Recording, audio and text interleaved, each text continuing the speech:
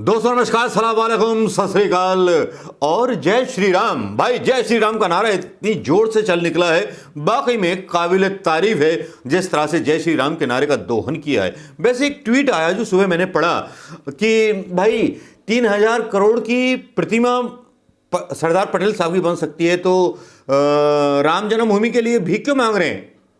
मांगने दीजिए, क्योंकि उनकी आस्था नहीं है। प्रधानमंत्री मोदी जी की सरकार के पास भी इतने पैसे नहीं कि राम मंदिर बनवा सके।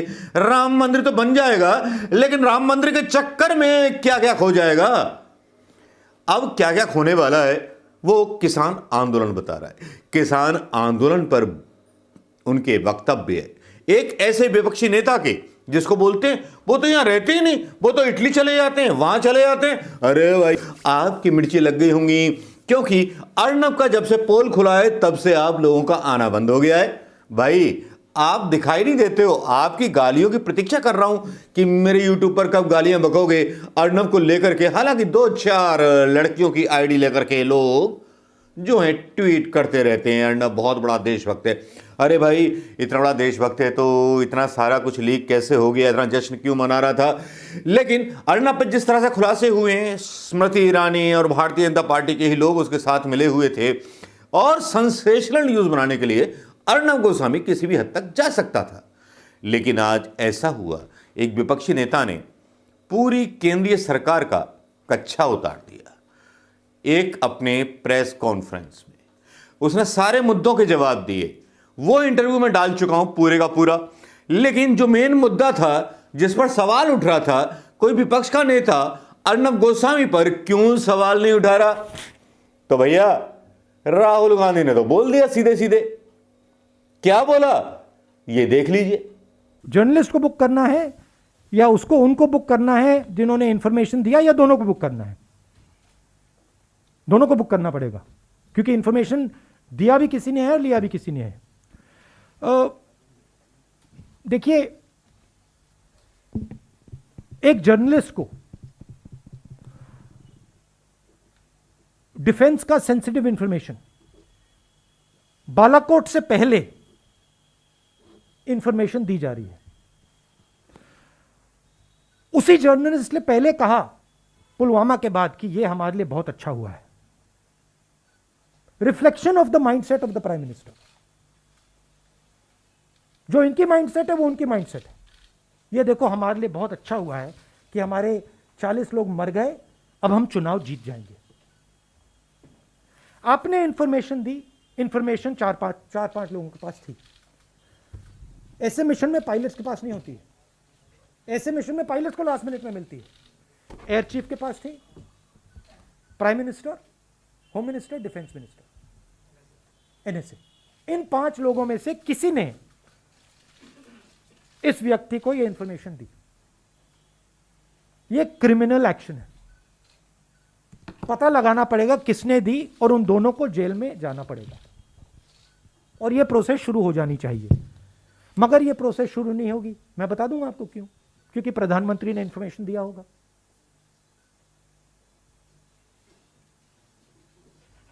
तो होगी नहीं, शायद बाद में हो। नहीं, मैं 5 लोगों के पास है। आपके पास इंफॉर्मेशन थी, आप तो नहीं दे सकती थी। Prime minister new, air chief new, NSA new, home minister new, defence minister new, 5 people new. Which one? इनमें 5 में से किसने दिया? तो दैट इज क्लियर कट, सीधी सी बात है। 1 सेकेंड। राहुल गांधी जी ने जो बोला वो देख लिया होगा। अब राहुल गांधी मुझे लगता है अगर प्रधानमंत्री बने तो मोदी समेत 5 लोग जेल जाएंगे, जिनमें आप जिनके 5 नाम गिना रहे थे वो पक्के तय होने वाले हैं। लेकिन साथ में अर्नब गोस्वामी पर और भी घोटालों के आरोप लगेंगे। जिस तरह से टीआरपी घोटाला हुआ है, उद्धव ठाकरे ने हिम्मत दिखा करके उसकी मुंबई पुलिस ने जो जांच की है वो काबिल तारीफ है, क्लैपिंग की तारीफ है। उद्धव ठाकरे साहब को बधाई दी जानी चाहिए। और राहुल गांधी ने जिस बेबाक तरीके से बोला, वो बेबाक तरीका वाकई में काबिल तारीफ था। जिस तरह से उन्होंने अपने इंटरव्यू में बेधड़क बोला, राहुल गांधी के इंटरव्यू की वैसे तो बहुत खास बात रही, लेकिन अर्णब गोस्वामी पर हमला किसी एक विपक्षी नेता के द्वारा पहला हमला है जो पापाजी के बेटे पर हमला कर रहा था, उन पापाजी के बेटे पर हमला कर रहा था जो पापाजी कभी अर्णब को यह बोलते थे। अब आप हमारे अर्नब को ही देख लीजिए, उसका टीवी शो देख लीजिए, जो इतनी लंबी चौड़ी विंडो बनाकर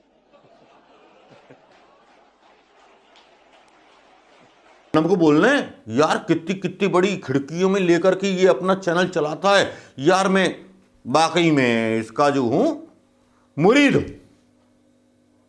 एक प्रधानमंत्री ऐसी बात करे, एक प्रधानमंत्री एक पत्रकार के बारे में इस तरह से बात करे, यह क्या प्रधानमंत्री की गरिमा होती है? या प्रधानमंत्री अपनी गरिमा गिरा चुके हैं? यह हिंदुस्तान का प्रधानमंत्री जो सर्वोच्च पद है, जिसकी गरिमा अर्णब के कदमों में रख दी? या अर्णब के पास कौन से ऐसे राज हैं जो अर्णब गलतियां करता है तो उसको अभी तक जेल की हवा क्यों नहीं गई? कंगना रणावत जैसे सब्जेक्ट को क्यों हवा दी जाती है?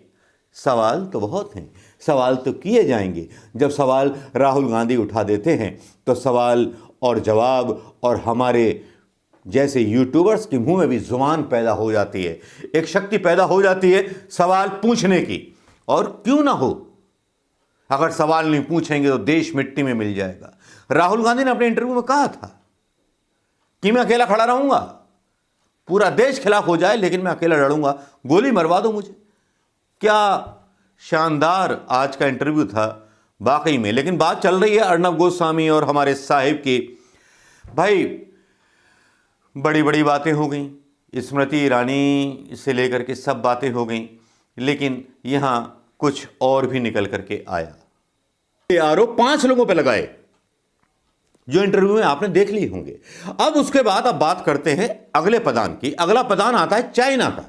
चाइना में अरुणाचल प्रदेश में लद्दाख का डोकलाम दिखा रहे थे, हमें सब पूरा मीडिया दिखा रहा था, लेकिन दिखाना बंद कर दिया था। अरुणाचल प्रदेश में आदर्श गांव बना लिए चीन ने, हमारे 4.5 किलोमीटर अंदर घुस के। लेकिन प्रधानमंत्री जी की आवाज चुप है, प्रधानमंत्री जी कुछ बोलते नहीं है, बोलेंगे तो ताना माना खुल जाएगा। अब राहुल गांधी बोल देते हैं तो वो गद्दार हो जाते हैं, वो चाइना से मिले हुए हो जाते हैं। फिर एक नेता का बयान आता है, एक मूर्ख नेता का, जो ये बोलता है कि राजीव गांधी बना के गए थे नीति। तो भैया राजीव गांधी नीति बना के गए थे तो 6-7 साल आपको सरकार में हो गए, तो वो नीति बदली क्यों नहीं? जब आप किसानों के बिल बदल सकते हो अध्यादेश ला करके, तो चीन जो हमारा दुश्मन देश है उसके खिलाफ अभी तक व्यापार जारी रखे हो, उसके खिलाफ नीति बदली क्यों नहीं? मतलब सूतियों का कोई भी मतलब एक लेवल नहीं होता। सूतिया तो सूतिया होते हैं, मतलब ये समझते हैं कि भारतीय जनता जो है बेवकूफ है, चुनाव जीत जाते हैं किसी भी पार्टी का तमगा लेकर के, पैसे दे करके, बस बन गए सांसद। और जुबान तो है ही 1.5 बिलान, तो 1.5 बिलान जुबान से जो बोला जाए वो लोग सही समझेंगे या गलत वो समझ में नहीं आएगा। लेकिन मुझे आश्चर्य हो रहा है यूपी के और बिहार के लोगों पर, उन युवाओं पर जो युवा आजकल राम चंदे के नाम पर निकले हुए हैं।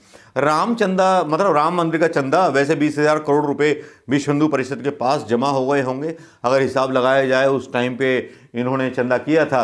लेकिन अब चंदा किया जा रहा है, हालांकि 1,51,000 समथिंग दिग्विजय सिंह जी ने दिए हैं, राष्ट्रपति ने भी दिए हैं, सब ने दिए, चंदा हो रहा है भगवान श्री राम के नाम पर। लेकिन चंदे के नाम पर दंगा भी भड़काया जा रहा है, और वो इस तरह से भड़काया जा रहा है जिसकी वानगी वाकई में ऐसा लगता है कि देश में कानून व्यवस्था नाम की कोई चीज नहीं है। मुसलमानों को गाली दी जाती है। चलो भाई मुसलमान हैं ही बेकार, नेहरू जी की गलती थी। नेहरू जी के बारे में एक सीरीज डालूंगा, भक्तों के हाथों से, भक्तों की आंखों से काला मोतियाबिंद उतारूंगा।